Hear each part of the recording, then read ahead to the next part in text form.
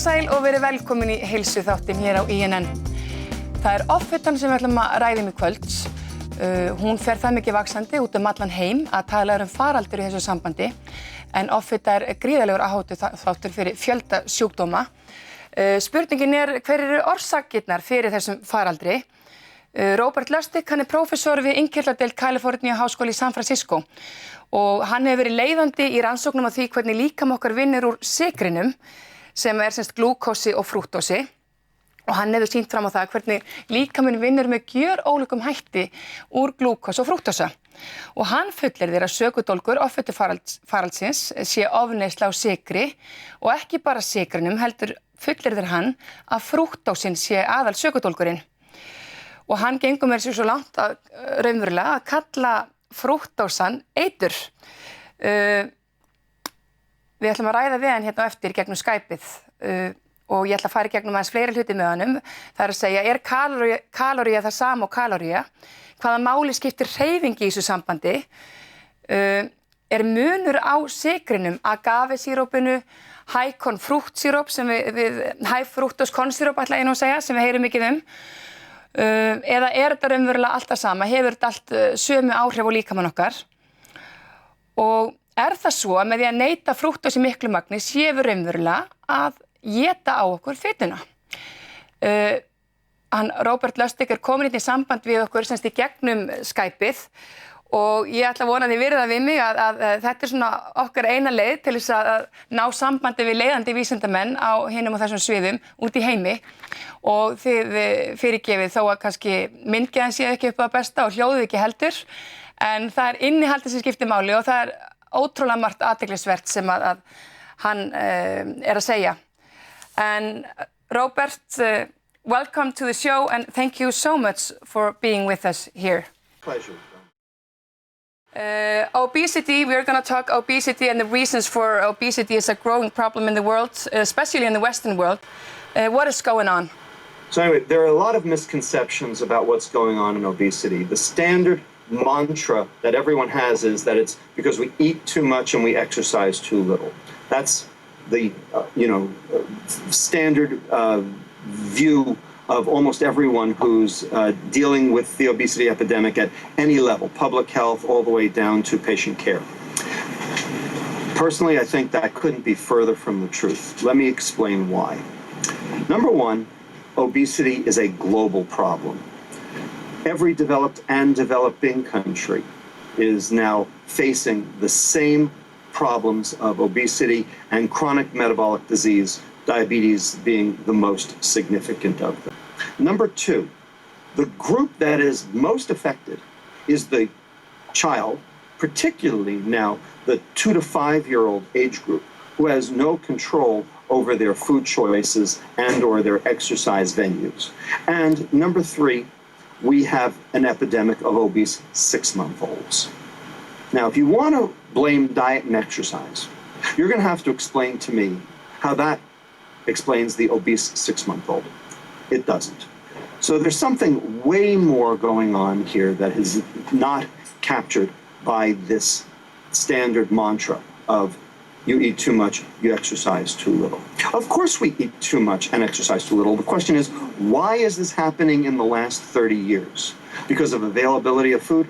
Garbage. The food was there before, but something else has happened. And the question is, what is that? All right, so let's take this apart. We eat too much. What are we eating too much of? Here in the United States in the 1980s, we were remanded to reduce our fat consumption from 40% of calories down to 30% of calories. And we were told to do that to prevent cardiac disease, heart disease. We have done that. We have gotten from 40 to 30%. As it turns out, because our caloric intake has gone up so much, it's actually the same amount of fat. But the point is we're not eating more fat to cause this obesity epidemic. What is it that we're eating more of? Carbohydrate. And specifically, which carbohydrate? Well, it turns out it's almost all sugar. Sugar is the additive that has been added to food to process it so that it can be available cheaply around the world. Our sugar consumption in America has gone from 30 grams a day in 1900, when we used to get our sugar from fruits and vegetables out of the ground, now to 200 grams of sugar a day. We have increased our total consumption almost sevenfold. And as a total percent of calories, we have gone from 4% of calories up to now 25% of calories as sugar. So we're not just eating more, we're eating more sugar. And the question is, what about sugar causes this obesity epidemic? We have a biochemical process in our body that is there specifically designed to keep us weight stable. This hormone is called leptin, L-E-P-T-I-N. This is a hormone that is made by your fat cell and goes to your brain and tells your brain that you have enough energy on board to engage in normal energy balance, normal energy expenditure.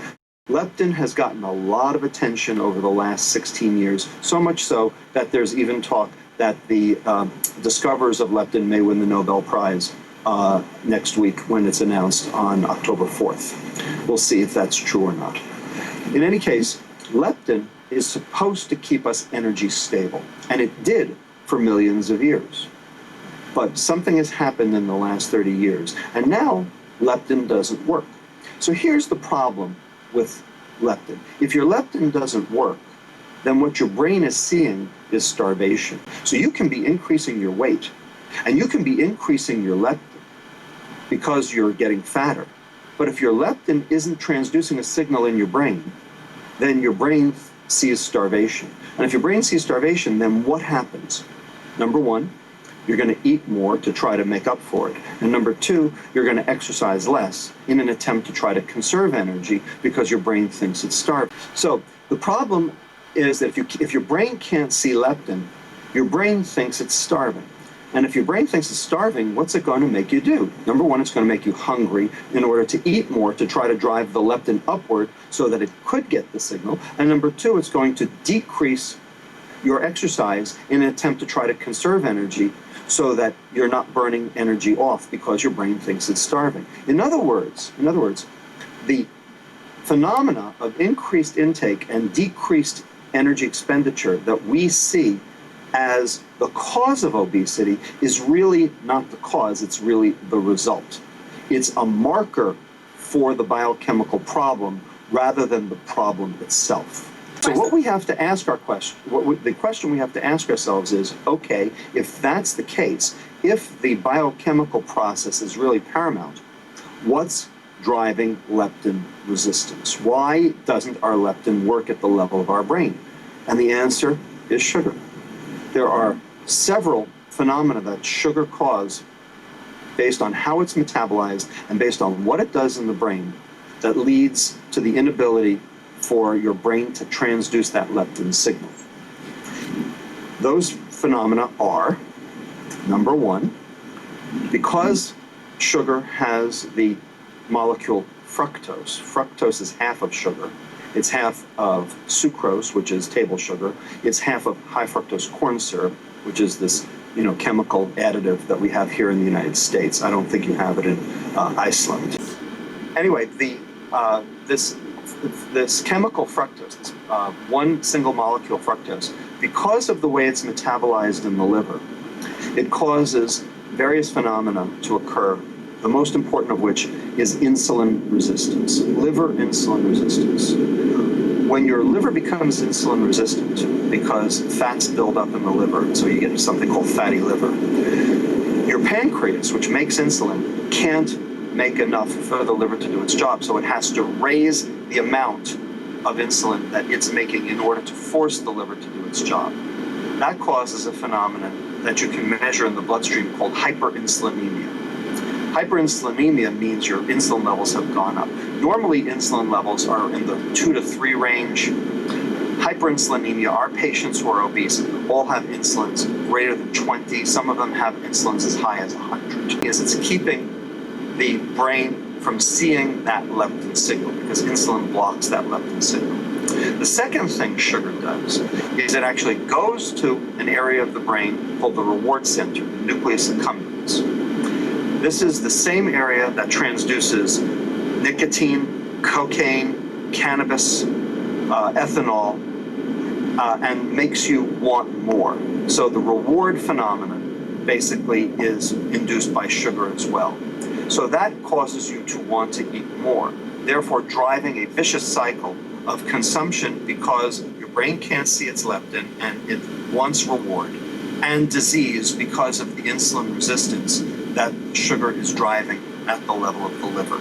These two phenomena going in a vicious cycle are what's driving the obesity epidemic worldwide today. But what about the glucose? Doesn't glucose as well support insulin resistance? Yes. So in general, glucose is metabolized by other organs in the body. So 80% of a glucose load will be metabolized by the brain, the heart, the kidneys, the muscles, so that the liver doesn't have to metabolize it. So when you ingest glucose, so that would be bread, rice, pasta, potatoes, standard refined carbohydrate, that will certainly raise your insulin level, but the majority of the effect will be at other organs. The other organs will metabolize that glucose. Only 20% of a glucose load will be metabolized by the liver. So you really have to overeat glucose in order to get the liver to do the same thing, cause that same insulin resistance that sugar will do. In addition, because sugar is half fructose, half glucose, every time you consume sugar, you're getting both. So the glucose will do the same 20-80 split I just described, but the fructose all gets metabolized by the liver. So the liver's getting this enormous bolus of energy that it has to deal with. And almost always, your liver can't deal with that bolus all at once. When you overload your liver with energy because of a meal, because of a sugar-containing meal, what happens is your liver has no choice but to turn that fructose into fat. So the glucose is driving the liver's own energy production, but the fructose all ends up as fat. And so your triglycerides rise. It causes fatty liver. It causes insulin resistance. It causes inflammation in the liver. And that's driving the insulin to go higher. You get hyperinsulinemia. That's preventing the leptin from reaching its target in the brain. Your brain sees starvation, and so you end up eating more. And there's your vicious cycle. So fructose is very specific. It is not glucose. Now many would say, I mean, fructose is a natural substance. It comes from fruit. And you are describing it like a toxic, like alcohol. Well, in fact, it is like alcohol. Where do you get alcohol from? Fermentation of fructose. It's called wine. So the big difference between alcohol and sugar is that for alcohol, the yeast does the first step of metabolism called glycolysis. And for fructose, we do our own glycolysis. But after that, the second step of metabolism, known as the Krebs cycle, is exactly the same, whether it's fructose or alcohol. There is no difference. And so the same phenomena that alcohol causes, fructose causes. So fatty liver, insulin resistance, cirrhosis. There are several studies now that demonstrate that sugar is behind this epidemic of non-alcoholic fatty liver disease that we're seeing in both pediatric and adult populations. So we now understand that sugar is metabolized in the liver like alcohol and contributes to the same diseases that alcohol does. It's interesting. I want to ask you about the sweeteners, because today many people use all kinds of sweeteners instead of sugar, like agave syrup, xylitol, high fructose corn syrup, as you mentioned.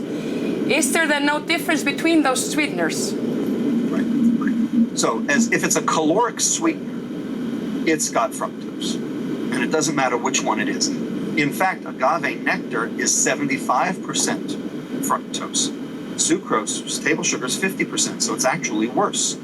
Now, one of the things about both agave nectar, maple syrup, honey that are used as sweeteners is that they have distinctive flavors, and they cost a fair amount of money. So people tend to use less of them when they're baking or cooking. So it does bring the total fructose dose down. when you use these sweeteners.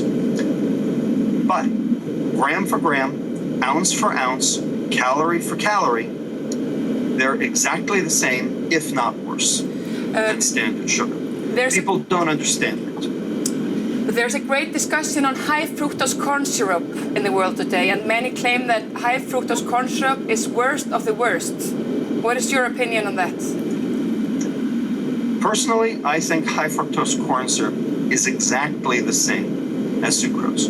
All of the studies that have compared the two head to head demonstrate no difference. I agree with that. I don't think there's any difference between high fructose corn syrup and sucrose. They're both equally bad. People don't understand that. People think, oh, sugar, sucrose, that's natural. That's been with us for zillions of years. It must be okay. Not at all. It's not okay at all. Fruit has been with us for millions of years. But fruit, number one, has relatively low fructose concentrations. A standard apple will only give you about 15 grams of fructose, which is not a tremendous amount. Certainly not in comparison to a soda, which is going to give you about 120 grams of fructose. I mean, you know, the economies of scale are just enormously different. Plus, fruit has something that soda, juice, does not. It's called fiber. And fiber is actually one of the antidotes to fructose. I like to say in our clinic, when God made the poison, he packaged it with the antidote. Because the fiber is actually valuable and beneficial. It doesn't belong in the garbage. It actually belongs in your gut, because what the fiber is doing is it's delaying the absorption of fructose and glucose both from the gut into the bloodstream. And by doing so, it gives your liver a chance to catch up. It gives your liver a chance to metabolize that fructose instead of turning it into fat and generating that insulin resistance. So there are numerous studies that show that fiber consumption correlates with insulin sensitivity and improved weight. So as far as I'm concerned, eat your fruit, don't drink it. Við ætlum að taka okkur smá hlé og við komum hérna aftur eftir auglýsingar. Heilsuver býður fjölbreytt úrval af lífrænt ræktuðum vörum, vítamínum og fæðubótarefnum. Sérhæft starfsfólk aðstoðar viðskiptavini. Vellíðan og betri heilsa. Heilsuver, Suðurlandsbraut 22. Þegar vanda skal viðgerð, B&T rétting og sprautun, sími 578 5070, bílaratjón.is. Nýji hannyrðalistin frá Margareta og kvenfallalistin frá Ásild eru komnir og kemur eintak í síma 533 54 44 eða á altex.is. Eigum glæsilegar 100 fermetra íbúðir í ráðhúsum á einni hæð í Hveragerði. Stæði í bílakjallara fylgir hverri íbúð. Búmenn, sími 552 56 44, búmenn.is. Á morgnana byggjum við orku fyrir allan dag. Fest íþróttanam í uppáhaldi. En best að blanda því saman, þá bragðast það ennþá betur. Þú færð íþróttanamið í verslunum Netto. Já, þetta réttur aldur. Það bara engar huggur sem sanna það. Já, þetta réttur aldur. Það bara engar huggur sem sanna það. Nivea notar leyndarmál húðarinnar þitt eigið Q10 koenzím til að minnka hrukkur. Endurbætt sólarvörn vinnur gegn hrukkumyndun. Nivea Q10 Plus, einfallega falleg húð. Þorskalifur, ríkt af omega-3 og D-vítamini. Öflugt við sykursýki. Alvöru omega-3 orkusprengja, gott fyrir alla. Lyfjaver skammtar lyf fyrir þúsundir Íslendinga í hverjum mánuði og pakkar þeim samkvæmt ströngustu öryggiskröfum. Hægt að fá lyfin heimsend land allt. Skömmtun lyfjavers ódýr, einföld og þægileg lausn. Hafðu samband og við komum þér strax í hópinn. Lyfjaver, Suðurlandsbraut 22. Náttúrulegar og lífrænar húsnyrtivörur sem koma jafnvægi á húðina. Farðu vel með þig og umhverfið þitt. soleiorganics.com. Hjá vaxtarvörum farðu allt fyrir líkamsræktina, hágæða fæðubótarefni, æfingarfatnað og sundfatnað. Komdu í verslun okkar, Hellurhrauni 14 Hafnarfirði, eða kíkt á netverslun okkar, vaxtarvörur.is. Bæði vor og haust. Í blíðu og stríðu, gegnum súrt og sætt. Land allt erum við með þér. I love you, I trust you, I got scared when I lost you. I'm here for you. Livja, lifið heil. Livjaver og Heilsuver eru á Suðurlandsbraut 22. 2 glæsilegar verslanir með fjölbreytt vöruúrval. Sérhæft starfsfólk leiðbeinir viðskiptavinum. Livjaver og Heilsuver. Choosing a golf shoe, probably the most important thing to look for is going to be the comfort. When you're spending 6 to 8 hours a day in golf shoes and have comfort is a rare thing. The World Class are really classy looking shoes. I slip them on straight out of the box, good to go, no problems, just go play golf. There's nothing lacking in the shoe. I've got comfort, I've got durability, and if you're on the tour and on TV, you certainly want to have the style.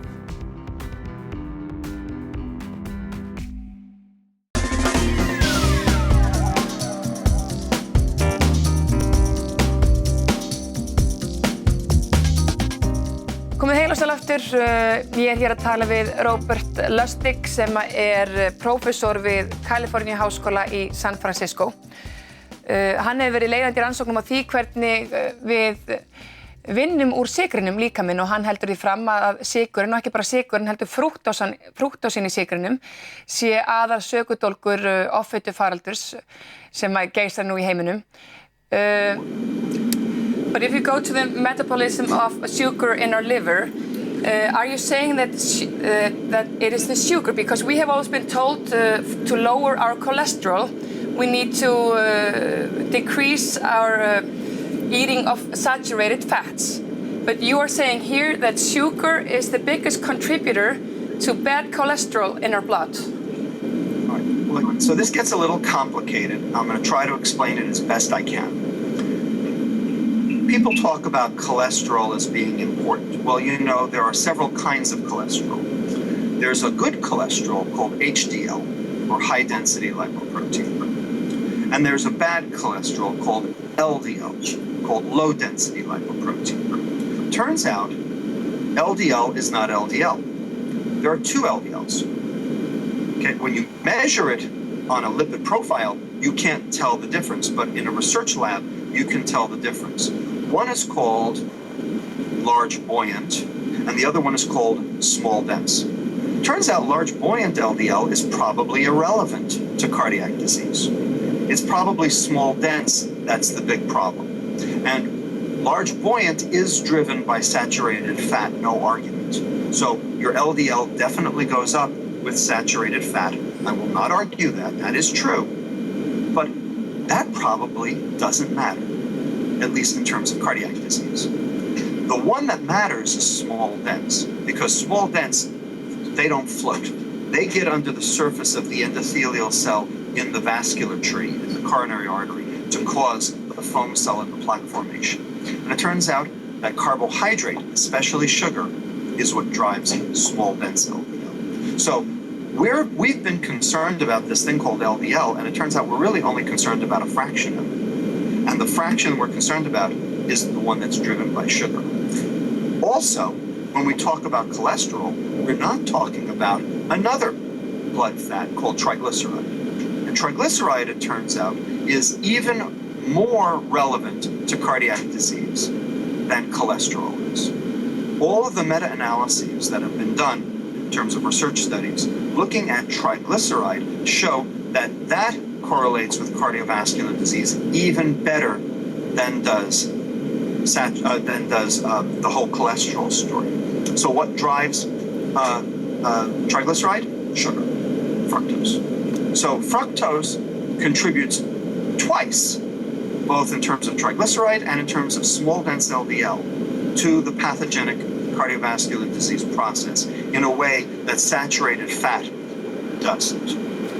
If we just take it now together, which diseases can be traced to too much sugar consumption? Well, obesity, diabetes, fatty liver, and non-alcoholic fatty liver disease all can be. Hypertension can also be traced to sugar consumption. We always talk about salt consumption as being important in hypertension. We have an editorial coming out very shortly that suggests that it's actually the sugar consumption that's driving the current hypertension epidemic. Cardiovascular disease. So basically, those are the 5 phenomena that we associate with the term metabolic syndrome.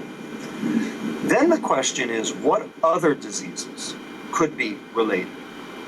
Possibly kidney disease, possibly polycystic ovarian syndrome in women, possibly cancer, and possibly dementia. Now, the data on each of those 5, is very early and very preliminary, and I can't absolutely state categorically that sugar is the cause of those diseases. But it's starting to look that way. Robert, tell us a little bit, you talk about the Coca-Cola conspiracy in your lecture. Tell us a little bit about that. So, I give a talk on YouTube, which has gotten a few hits, called Sugar the Bitter Truth, where I basically explain what's happened to our diet over the last 30 years to have led to this obesity epidemic. One of the slides I show is called the Coca-Cola conspiracy. And I probably shouldn't use the word Coca-Cola because it's not just Coke. It could be Pepsi, Dr. Pepper, just about any soft drink there is. There's no difference between them. So I'm not singling out Coke. It's just that we know more about their history than any other company. What's in Coke? Well, let's start with caffeine. So what's caffeine? It's a mild stimulant, but mostly it's a diuretic. It makes you urinate free water, okay? You lose water because of caffeine. What else is in Coke? Salt, 55 milligrams per can. Now, do you have to put salt into soda? No, you don't. There were several sodas on the market here in the United States that were 0 milligrams of sodium. They're all off the market now because they've been pushed out by the big soda manufacturers. So all sodas in America now have salt. The question is, why is there salt in Coke?